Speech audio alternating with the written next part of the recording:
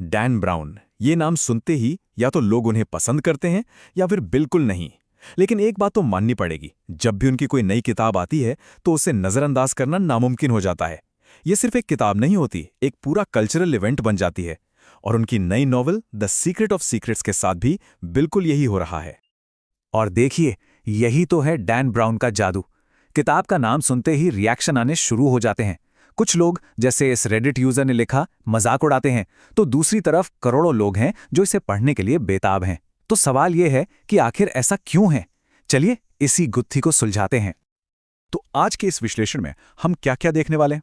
सबसे पहले जानेंगे कि इस नई किताब का रहस्य क्या है। फिर हम डैन ब्राउन के लिखने के फॉर्मूले को डिकोड करेंगे। इसके बाद पन्नों के पीछे छिपे फैक्ट्स पर नजर डालेंगे और ये समझने की कोशिश करेंगे कि लोग उन्हें इतना पसंद या नापसंद क्यों करते हैं। और आखिर में बात करेंगे उनके जबरदस्त कल्चरल इम्पैक्ट की। चलिए शुरू करते हैं पहले हिस्से से। तो इस बार कहानी क्या है? रॉबर्ट लैंगडन किस नए रहस्य में उलझने वाले हैं? तो कहानी हमें ले जाती है प्राग। हमारे हीरो रॉबर्ट लैंगडन एक brilliant scientist doctor Katherine Solomon के साथ हैं। कैथरीन इंसान की चेतना पर एक जबरदस्त लेक्चर देती हैं और उसके ठीक बाद एक बेरहमी से मर्डर हो जाता है। और तो और कैथरीन और उनकी बेहद कीमती मैन्युस्क्रिप्ट दोनों गायब। अब एक पुराना ताकतवर संगठन लैंगडन के पीछे है। तो एक रेस शुरू होती है भविष्य के साइंस और पुरानी रहस्यमयी कहानियों के बीच। कुछ सुना सुना सा लग रहा है ना?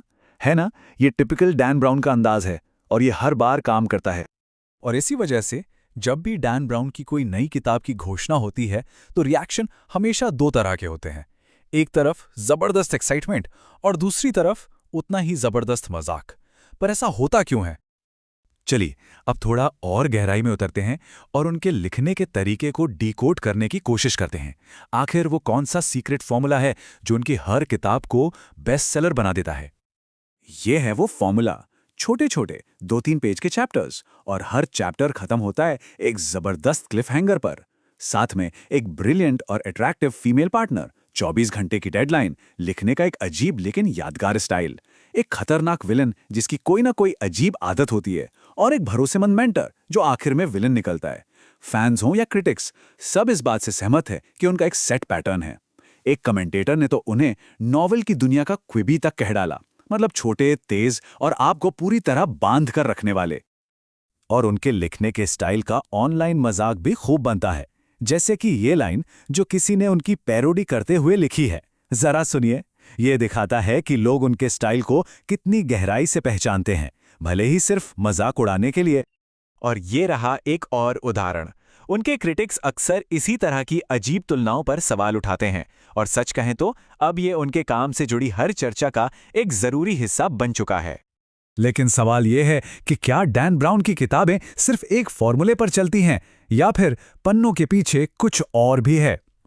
अगर हम थोड़ा और गहराई में जाएं तो हमें असली इतिहास और कुछ बहुत ही दिलचस्प एकेडमिक बातें भी मिलती हैं। जैसे कि किताब का टाइटल ही ले लीजिए, सीक्रेटम सीक्रेटोरम या द सीक्रेट ऑफ सीक्रेट्स। सुनने में ये शायद किसी पैरोडी जैसा लगे, लेकिन ये असल में एक असली मध्ययुगीन ग्रंथ का नाम है। इसे गलती से अरस्तु का काम माना जाता था और ये उस जमाने के राजाओं के लिए एक गाइडबुक थी जिसमें राजकाज से लेकर कीमिया और जादू टोना तक सब कुछ था। सोचिए, ये अपने जमाने की एक तरह की बेस्ट सेलर थी। और ब्राउन यही तो करते हैं। वो एंजल्स एंड डीमंस और द डाविंची कोड जैसी नॉवेल्स में इल्यूमिनाटी और ओपस देई जैसे असली सीक्रेट सोसाइटीज को उठाते हैं और फिर तथ्य और फिक्शन को इस तरह मिला देते हैं कि सब कुछ असली लगने लगता है। यही वजह है कि अकेडमिक दुनिया भी उन्हें इग्नोर नहीं कर पाती। उनकी किताबें इस बात पर एक बड़ी बहस छेड़ देती हैं कि पॉपुलर कल्चर में इतिहास, सीक्रेट सोसाइटीज और कॉन्स्पिरेसीज को कैसे दिखाया जाता है। और ये असर सिर्फ किताबों या बहसों तक ही सीमित नहीं है।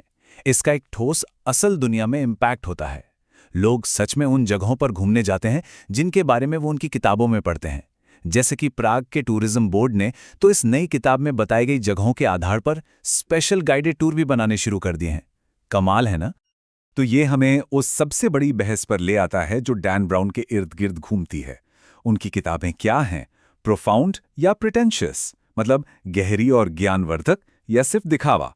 चलिए इस बड़ी बहस के दोनों पक्षों को देखते हैं। एक तरफ है क्रिटिक्स। उनका कहना है इनमें सिर्फ चमक है, कोई दम नहीं। वो इसे घिसा-पिटा थ्रिलर या सूडो इंटेलेक्चुअल जार्गन कहते हैं। कुछ तो ये भी कहते हैं कि वो खुद की पैरोडी बन गए हैं। लेकिन दूसरी तरफ हैं उनके करोड़ों फैंस। उनके लिए ये मजेदार और तेज रफ्तार किताबें हैं। उनका मानना है कि ब्राउन ने बहुत से लोगों में पढ़ने की आदत डाली है और इसे पॉपकॉर्न मूवी का लिटरेरी वर्जन भी कहते हैं। मतलब दिमाग मत लगाओ, बस एंजॉय करो। और ज्यादातर फैंस का यही कहना है। जैसा कि इस रेडिट यूजर ने लिखा है, ये पल्प फिक्शन है यार, कौन डैन ब्राउन को दोस्तोयेव्स्की समझकर पढ़ रहा है। बात सीधी है, इन किताबों का मकसद मनोरंजन करना है और वो अपना काम बखूबी करती हैं। लेकिन दूसरी तरफ क्रिटिक्स का तर्क यह है कि समस्या तब होती है जब ब्राउन की किताबें सिर्फ मनोरंजन से आगे बढ़कर कुछ गहरा दिखने की कोशिश करती हैं। जैसा कि इस बुक रिव्यू में कहा गया है, ब्राउन का ये नया प्रयास गहराई और ड्रामा की एक फीकी नकल जैसा लगता है। उनके मुताबिक ये कोशिश खोखली लगती है।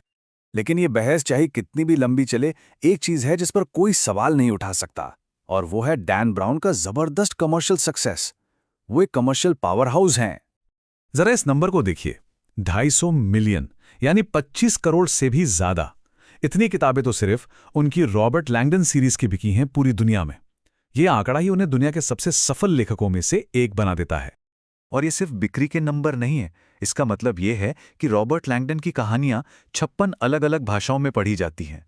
ये सिर्फ किताबें नहीं रह जाती, ये ग्लोबल कल्चरल फिनोमिना बन जाती हैं। और ये इफेक्ट अभी भी जारी है और मजबूत हो रहा है। देखिए, किताब के रिलीज होने से पहले ही नेटफ्लिक्स ने अनाउंस कर दिया है कि वो द सीक्रेट ऑफ सीक्रेट्स पर एक नई सीरीज बना रहे हैं। और शोरनर कौन है? लॉस्ट फेम के कार्ल्टन क्यूज। इससे पता चलता है कि उनकी कहानियों की डिमांड कितनी जबरदस्त है। तो आखिर में डैन ब्राउन की ये पूरी घटना हमें एक बहुत ही दिलचस्प सवाल पर लाकर छोड़ देती है। एक सफल कहानी का असली रहस्य क्या है? क्या ये कोई बहुत गहरी कला होनी चाहिए या फिर रोजमर्रा की जिंदगी से एक रोमांचक पलायन? इसका जवाब शायद हर पढ़ने वाले के लिए अलग हो।